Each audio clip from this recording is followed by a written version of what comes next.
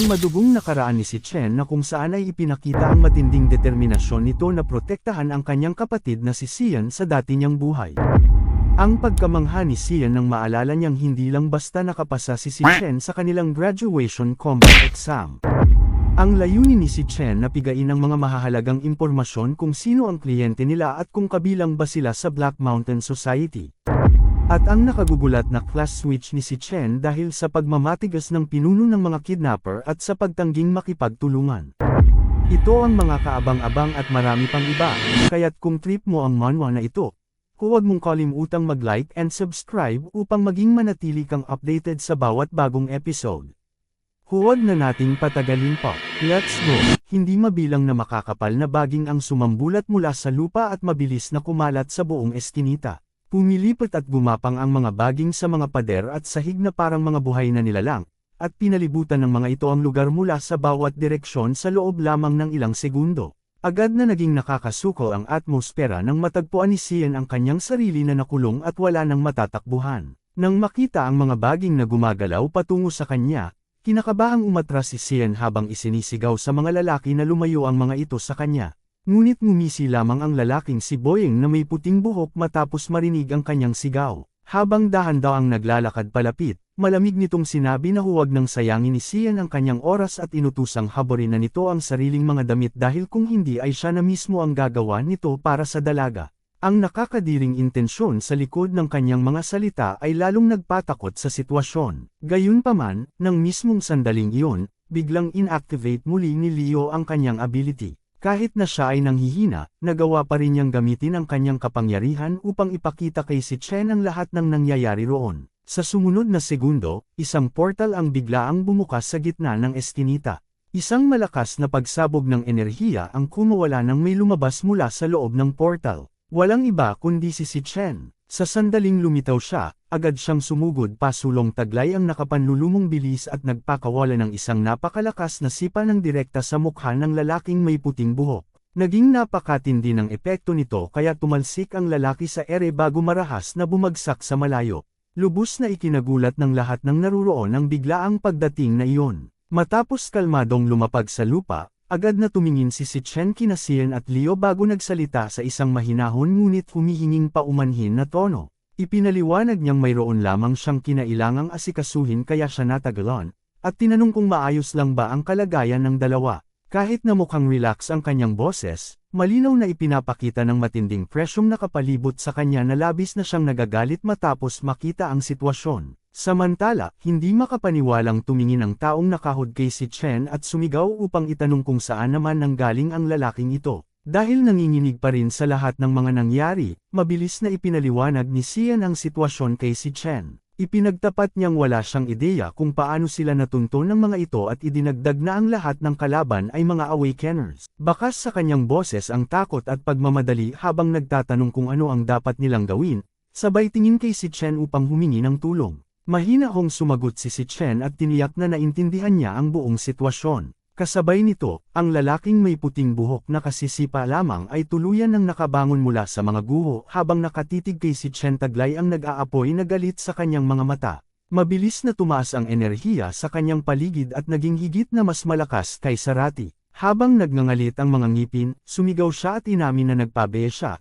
Ngunit binalaan niya si Chen na ginawa nito ang pinakamalaking pagkakamali sa kanyang buhay. Nagsimulang yumanig ng matindi ang mga baging sa paligid ng eskinita habang patuloy na tumataas ang kanyang kapangyarihan. Namimilipit ang kanyang ekspresyon sa kasakiman at pagnanasang pumatay habang nakaturo kay si Chen, at patuloy na sumisigaw na dadalhin niya ang kanilang mga ulo pabalik sa taong nag-utos sa kanila upang pilitin itong magbayad ng 3 beses sa napagkasunduang pabuya. Nang marinig ang mga salitang iyon, dahan-dahang naikuyom ni si Chen ang kanyang kamao. Agad na naging malamig at mabigat ang atmosfera sa kanyang paligid nang hindi inaalis ang kanyang paningin sa mga kalabang nakatayo sa harapan. Mahinahon niyang inutusan sina Xian at Leo na pumunta sa kanyang likuran at manatili roon, sabay paniguradong hindi magtatagal ang labanang ito. Habang sinasabi niya ang mga salitang iyon, naging hindi kapani-pani walang malamig ang ekspresyon sa mukha ni si Chen. Wala nang natirang takot, pag-aalinlangan, o pagdududa sa kanyang mga mata, kundi purong kumpiyansa at tahasang layuning pumatay na lamang. Inalala ni si Chen ang kanyang pagkabata kung saan minsan siyang binugbog ng husto sa isang maalikabok na eskinita. Ang nanguna sa pambubugbog ay ang kanyang pinsan na may kahel na buhok, na sumigaw at nag-utos kay si Chen na alamin ang kanyang posisyon at lugar. Giniit ng mga maton si Chen sa maruming sahig na may layuning sirain ang kanyang lakas ng loob. Ngunit hindi inasahan ng mga nambubugbog ang pagdating ng kanyang kapatid. Biglang sumugod ang batang si Xian sa eskinita na may hawak na malaking tubong metal, at inutusan ng mga maton na alisin ang kanilang mga kamay sa kanyang kapatid. Hindi natakot ang mayabang na pinsan at mapanuyang tinuwanan ang ideya na ang isang maliit na batang babae ay nagtatangkang maging tagapagligtas. Nang makita ni si Chen na nabaling ang atensyon ng grupo sa kanyang kapatid, nataranta siya at desperadong sumigaw sa kanyang pinsan na huwag humakbang palapit kay Xian. Pinaalalahanan niya ang nambubugbog tungkol sa time team nitong pangako na hindi kailanman sasaktan si Xian. Pinagtawanan lamang ito ng mayabang na pinsan at lantarang inamin na siya ay nagsinungaling. Ipinagmalaki nito na iyon na ang araw para turuan niya ng leksyon at pagpapakumbaba ang kanyang mga nakakainis na kapamilya. Subalit habang abala sa pagsasalita ang pinuno ng grupo, nakagawa ito ng isang malaking pagkakamali. Ginamit ni si Chen ang pagkakataong iyon upang kunin ang isang mabigat na ladrilyo sa sahig, at malakas na inihampas ito ng direkta sa mukha ng maton na pumipigil sa kanya, na labis na ikinagulat ng lahat.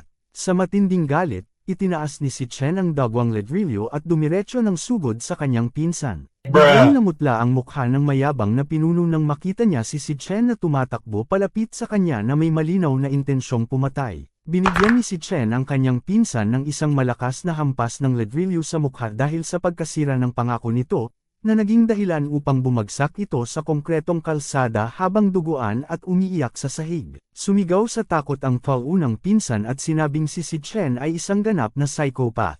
Matapos habulin ng kanyang hininga, binitiwan ng batang si Chen ang kanyang hawak at malumanay na sinabi sa nanginginig na si Xian na maayos na ang lahat at hindi na niya kailangang matakot. Pagbalik sa kasalukuyan, inutusan ni si Chen si Xian na manatili sa isang ligtas na lugar na malayo sa kapahamakan, at kalmadong tiniyak sa kanyang kapatid na tatapusin niya ang gulong ito sa lalong madaling panahon. Dahil ayaw palampasin ng mga humahabol ang kanilang pakay, sumugod ang mga stalkers ng direkta kay si Chen na handang-handa siyang patayin. Habang yakap ang maliit na si Leo, nagpanik si Xian. Tarantang binalaan niya si Chen na nahaharap ito sa tatlong lubhang mapanganib na unhinged awakeners, at ipinahayag niya ang kanyang paniniwala na imposibleng malabanan ng kanyang kapatid ang mga ito ng sabay-sabay. Sumugod ang nakabalabal na maton habang nag-iipon ng lakas para sa isang malaking lightning-infused fist. Sumigaw ito at kinutya si Chen dahil sa nakatayo lamang ito at walang ginagawang hakbang para ipagtanggol ang sarili. Ngunit bago pa man maproseso ng lalaki ang mga nangyayari,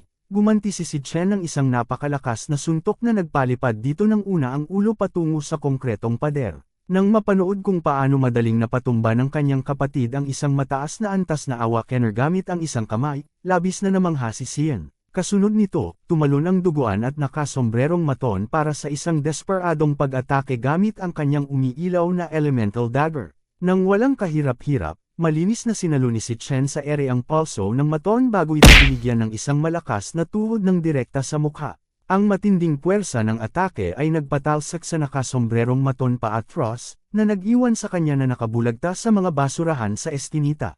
Agad namang bumulusok ang isang malaki at matinik na wooden root sa eskinita papunta kay si Chen, ngunit dahil sa kanyang napakabilis na reaction speed, madali niyang inikiling ang kanyang ulo upang iwasan ang sorpresang pag-atake. Tuluyang sumable ang mabigat na baging at malakas na ham-ampasalaryong pader sa kanyang likuran. Nang makita ng pinunong may puting buhok na madaling natalo ang kanyang mga tauhan, nawalan ito ng katinuan at sumigaw sa matinding galit dahil isang hamak na bata lamang na nakauniforme ang ginagawa silang katatawanan. Gamit ang kanyang plant magic, nagpatawag ang pinuno ng kawan ng naglalakihang at umiilaw na wooden spikes, habang galit na isinumpa na gagawin niyang parang tusukan ng karayom si Chen. Nananatiling kalmado si Chen, at sa pamamagitan ng kanyang godlike agility, maayos siyang dumulas at umiwas sa paparating na ulan ng mga matatalim na baging nang hindi nagkakamit ng kahit isang galos. Sa isang tuloy-tuloy na galaw, inilunsad ni si Chen ang kanyang sarili ng direkta sa puwang ng mga depensa,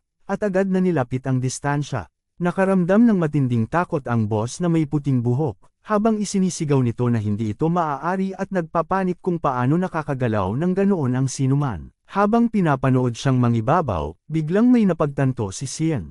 Muntik na niyang makalimutan na hindi lang basta nakapasa si Chen sa kanyang graduation combat exam. Lubusan at ganap nitong winasak ang kompetisyon. Inihanda ni Chen ang kanyang kamao at nagbitiw ng isang suntok ng direkta sa panganang pinuno, upang ipakita sa grupo na kumikilos siya sa isang ganap na magkaibang dimension of power. Ang matinding puwersa nito ay nagpalipad sa boss paatros na parang isang missile, na naging dahilan upang bumagsak ito ng malakas sa pader ng eskinita. At sa isang iglap, nawalan ng malay ang boss na may puting buhok, duguan at lubusang natalo sa sementadong kalsada. Sa may mga basurahan, nanatiling walang malay ang nakasombrerong maton. Sa tabi nito, nakasandal sa pader ang nakabalabal na maton, naganap ding walang malay. Ang buong banta ay tuluyang nasugpo sa loob ng wala pang isang minuto. Habang casual na pinapagpag ang kanyang mga damit, lumingon si Chen sa kanyang kapatid at inutusan itong dalhin ang maliit na si Leo at dumiretso pabalik sa kanilang bahay kung saan ito ay ligtas. Tiniyak niya rito ng may ngiti at ipinangakong mabilis niyang ay dedala ang mga piyasong iyon sa lokal na guard station at makikipagkita siya rito pabalik sa apartment sa lalong madaling panahon. Bagamat medyo tulala pa rin sa mga nasaksihan, ngunit nakakaramdam ng buong kaligtasan, mahigpit na niyakap ni Xian ang kanyang malambot na cob at masayang sumang-ayon na umuwi na muna. Ilang oras ang lumipas, sa ilalim ng malamlam na liwanag ng buwang hugis gasuklay, dahan-daang nagkamalay ang labis na binugbog na pinunong may puting buhok. Habang umuungol sa sakit, nahirapan ang nabugbog na boss na imulat ang kanyang dagwang mga mata, ngunit ang kanyang pagkalito ay mabilis na napalitan ng matinding takot. Napagtanto niya na siya at ang kanyang dalawang maton ay inalisan ng kanilang mga armas at mahigpit na iginapos ng nakatalikod sa isa't isa paikot sa isang konkretong haligi habang nakatitig ng direkta si Chen sa kanila. Agad na nagpanik ang pinuno at hysterical na iginiit na malaman kung nasaan sila at kung bakit sila dinala sa liblib na lugar na iyon. Habang ang nakasombrerong maton naman ay umiiyak at inirereklamo na ang kanyang basag na bungo ay literal na pakiramdam daw na nahahati sa dalawa. Nananatiling hindi apektado sa kanilang pag-ungol, malamig na nagtanong si Chen kung kabilang ba sila sa Black Mountain Society. Dahil alam niyang hindi kumikilos ang mga ito nang hindi muna binabayaran, direktang inobliga niya silang sabihin kung sino ang nagpopondo sa kanilang operasyon upang dukutin ang kanyang kapatid. Duguan na tumawa lamang ang nabugbog na boss at tumangging magsalita, habang mayabang nitong ipinaliwanag na ang pagsasalita laban sa kanilang kliyente ay katumbas ng hatol na kamatayan sa kanilang linya ng trabaho, kaya wala itong intensyong ibuka ang kanyang bibig. Hindi man lang kumurap si Chen. Nang mapagtanto na gusto ng mga ito na magmatigas, kalmado siyang bumuntong hininga at nagpasya na gagawin nila ito sa mahirap na paraan. Bigla na lamang binalot si Chen ng isang umiikot na madilim na enerhiya habang sinimulan ng kanyang system ang isang class switch. Kinumpirma ng system na kumpleto na ang pagpapalit, na naglantad sa nakakatakot na level 25 Phantom Sorcerer class ni Chen. Armado ng mga dark psychic manipulation spells tulad ng Soul Rest Enigma at Ripple Hell, handa na siyang ipakita sa mga mersenaryong ito ang isang antas ng mental na pagpapahirap na hinding-hindi nila makakalimutan. Huwag kalimutan i-click ang subscribe button at i-on ang notification bell para hindi ninyo ma-miss ang mga updates. Babalik ako bukas para sa isa pang exciting na episode. Hanggang sa muli, ingat kayo at tandaan, ang kaban ng bayan ay kailangan bantayan, o ang kinabukasan natin ay pupulutin sa kangkungan.